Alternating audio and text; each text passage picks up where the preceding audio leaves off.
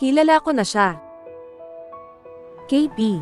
Kristaps Porzingis ay isang profesional na manlalaro ng basketball na Latvian para sa Boston Celtics ng National Basketball Association.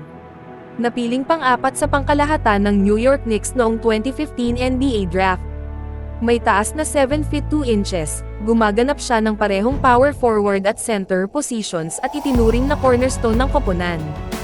Ipinanganak noong 2 ng Agosto, 1975 sa Liepāja, Latvia kina Talis at Ingrid Porzingis. Si KP ay nagmula sa pamilyang may background sa basketball.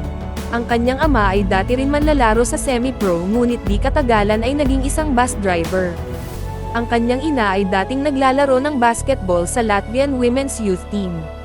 May dalawa siyang kapatid sina Martin at Janice, ang nakatatandang kapatid na si Janice ay naglaro ng profesional sa Europa.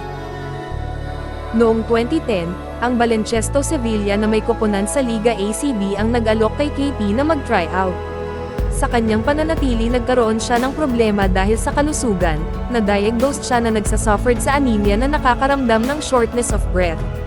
Gayunpaman unti-unti niyang nalampasan ang kondisyong ito at nagsimulang magpakita ng pagbuti sa kanyang laro.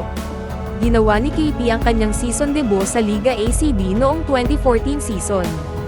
Nagkaroon ng malakas na performance sa Eurocup laban sa Palyaken Estro, kung saan nag-ambag siya ng 18 puntos at 7 rebounds.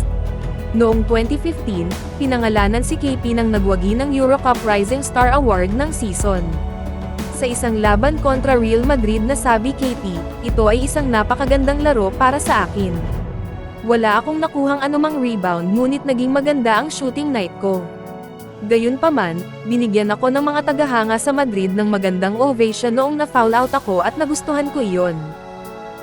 With the 4th pick in the 2015 NBA Draft, the New York Knicks select Kristaps Porzingis from Liepāja, Latvia.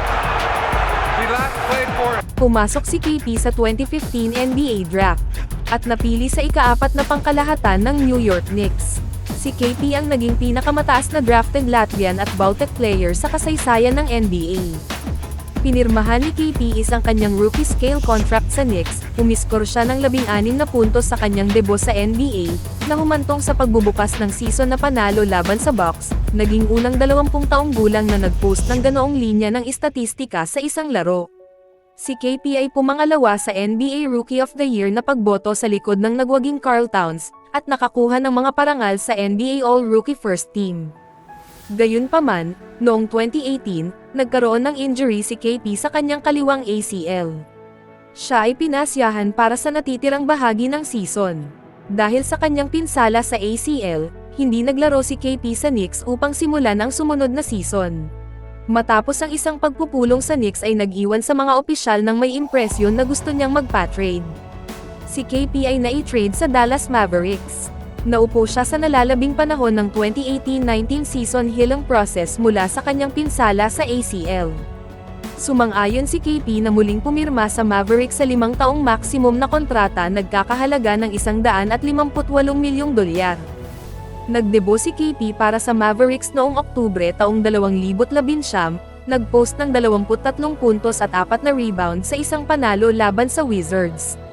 Pagkalipas lamang ng 2 araw, sinundan niya iyon ng may 32 puntos at 12 rebounds. Pinangunahan niya ang Mavericks sa playoff ngunit dahil sa injury ay hindi niya nakuha ang natitirang bahagi ng serye na may lateral meniscus tear at ang kanyang koponan ay na-eliminate sa 6 na laro. Pagkatapos ng pandemic, ipinagpalit ng Mavericks si KP sa Wizards noong 2022. Siya ay gumugol ng isang buong season kasama ang mga Wizard na may kahanga-hangang mga record at produksyon ngunit hindi pa rin nakakuha ng pwesto ang koponan sa play-in tournament. Noong Hunyo taong 2023, nagpa siya ang Wizards na i-trade muli si KP sa Boston bilang bahagi ng isang 3-team deal. Siya ay tinanggap at ginawang starter sa Boston. Ginawa ni KP ang kanyang debut sa Celtics noong Oktubre taong 2023 sa isang pagbabalik sa Madison Square Garden kung saan siya nagsimulang maglaro laban sa New York Knicks. Pinangunahan niya ang Celtics sa tagumpay at nagtala ng 30 puntos, 8 rebound at 4 na block. Ipinakita niya ang pagbabalik ng Unicorn. Bakit tinawag siyang The Unicorn? Ang bansag na ito kay KP galing mismo kay KD, Kevin Durant, sa isang appearance sa Tonight Show starring Jimmy Fallon. According to him, he's one of a kind. Si KP ay may girlfriend na si Laura Visla. Thank you for watching.